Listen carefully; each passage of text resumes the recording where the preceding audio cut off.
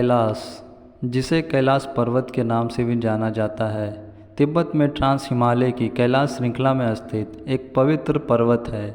इसे दुनिया के सबसे पवित्र पहाड़ों में से एक माना जाता है और यह हिंदू धर्म, बौद्ध धर्म, जैन धर्म और बौद्ध सहित कई धर्मों के लिए बहुत धार्मिक और आध्यात्मिक महत्व रखता है। हिंदू धर्म में कैलाश पर्वत को भगवान शिव का निवास माना जाता है, जो हिंदू देवताओं में से प्रमुख देवताओं में से एक है। इसे एक पवित्र स्थान माना जाता है जहां भगवान शिव अपनी पत्नी देवी पार्वती के साथ निवास करते हैं। इस पर्वत को हिंदू ब्रह्मांड विज्ञान में ब्रह्मांड के पौराणिक केंद्र माउंट मेरू की भौतिक अभिव्यक्ति के रूप में देखा जाता है।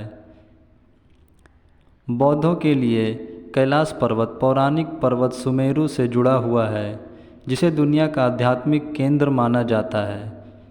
ऐसा माना जाता है कि यह तिब्बती बौद्ध धर्म के देवता चक्र संवर का निवास स्थान है।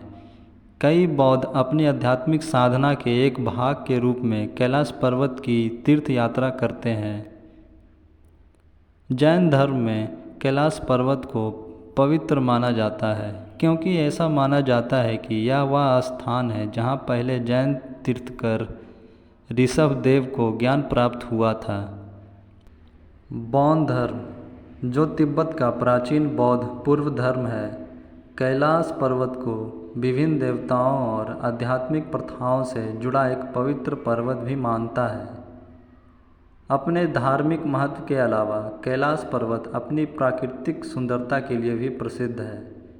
यह अपने विशिष्ट पिरामिड जैसे आकार के लिए जाना जाता है और यह अन्य आश्चर्यजनक चोटियों और पास के एक अन्य पवित्र स्थल मानसरोवर झील से घिरा हुआ है।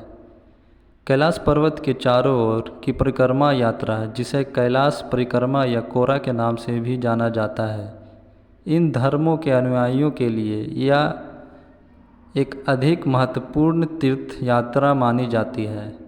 ऐसा माना जाता है कि यह यात्रा व्यक्ति के पापों को साफ कर देती है और आध्यात्मिक आशीर्वाद लाती है।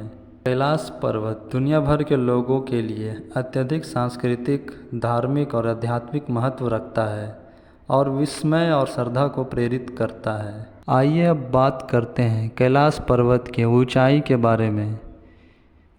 इसकी ऊंचाई 6,638 मीटर यानी 21,778 फीट है। आइए अब बात करते हैं कि आप कैलाश की यात्रा कैसे कर सकते हैं। कैलाश पर्वत की यात्रा करना और इस पवित्र स्थल की तीर्थ यात्रा करना एक महत्वपूर्ण प्रयास है, जिसके लिए सावधानीपूर्वक योजना और तैयारी की आवश्यकता होती है। यदि आप कैलाश पर्वत की यात्रा में रुचि रखते हैं तो सबसे पहले शोध करें और जानकारी इकट्ठा करें। कैलाश पर्वत के बारे में जितना संभव हो उतना शोध और जानकारी इकट्ठा करके शुरुआत करें, जिसमें इसके स्थान, मौसम की स्थिति, स्थानीय रीति रिवाज, यात्रा प्रतिबंध और यात्रा की सबसे अच्छा समय शामिल है। व्यापक समझ प्राप्त करने के लिए यात्रा गाइडों, वेबसाइटों और मंचों से परामर्श लेने पर विचार करें। प्रत्येक मार्ग के अपने विचार और आवश्यकताएँ होती है, इसलिए वह चुनें जो आपकी आवश्यकताओं के अनुरूप हो। एक प्रतिष्ठित ट्रैवल एजेंसी का चयन करें। यात्रा नियमों की जटिलता और कैलाश पर्वत के दूरस्थ स्थान के कारण एक प्रतिष्ठित ट्रैवल एजेंसी को शामिल करने की सलाह दी जाती है, जो क्षेत्र में तीर्थ यात्राएं आयोजित करने में माहिर हो। वे सुचारू और सुव्यवस्थित यात्रा सुनिश्चित करने के लिए परमिट, परिवहन और आवास और अन्य राशद में सहायता कर सकते हैं। शारीरिक फिटनेस और अनुकूलन। कैलाश पर्वत उच्च ऊंचाई पर स्थित है और तीर्थ यात्रा में कठिनाई, ट्रैकिंग और लंबी दूरी शामिल है।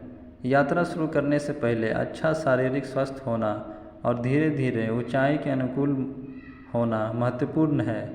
अपने स्वास्थ्य देखभाल पेशेवर से परामर्श लें और आवश्यक फिटनेस प्रशिक्षण लें। परिक्रमा कोर की योजना। परिक्रमा कैलाश पर्वत पर प्राथमिक तीर्थ यात्रा गतिविधि परिक्रमा है, जिसमें पर्वत के चारों ओर घूमना शामिल है। परिक्रमा लगभग 52 किलोमीटर यानी 32 मील लंबा है और इसे पूरा होने में आमतौर पर 3 दिन लगते हैं। ट्रैक के लिए उपयुक्त कपड़े, जूते और उपकरण तैयार करें। स्थानीय रीति रिवाजों और धार्मिक प्रथाओं का सम्मान करें। कैलाश पर्वत गहरे धार्मिक महत्व वाला एक पवित्र स्थल है। अपनी यात्रा के दौरान स्थानीय रीति रिवाजों, धार्मिक प्रथाओं और परंपराओं का सम्मान करना महत्वपूर्ण है। शालीन कपड़े पहने, अपने कार्यों के प्रति सचेत रहें और यदि आवश्यकता हो तो स्थानीय गाइड या साथी तीर्थयात्रियों से मार्गदर्शन लें। याद रखें कि कैलाश पर्वत की यात्रा के लिए सावधानीपूर्वक योजना बनाने की आवश्यकता होती है, क्योंकि यह क्षेत्र सुदूर है और इसमें सीमित बुनियादी ढांचा है। यह सलाह दी जाती है कि यात्रा के लिए पर्याप्त समय दिया जाए और इसमें शामिल भौतिक और तार्किक चुनौतियों पर विचार किया जाए।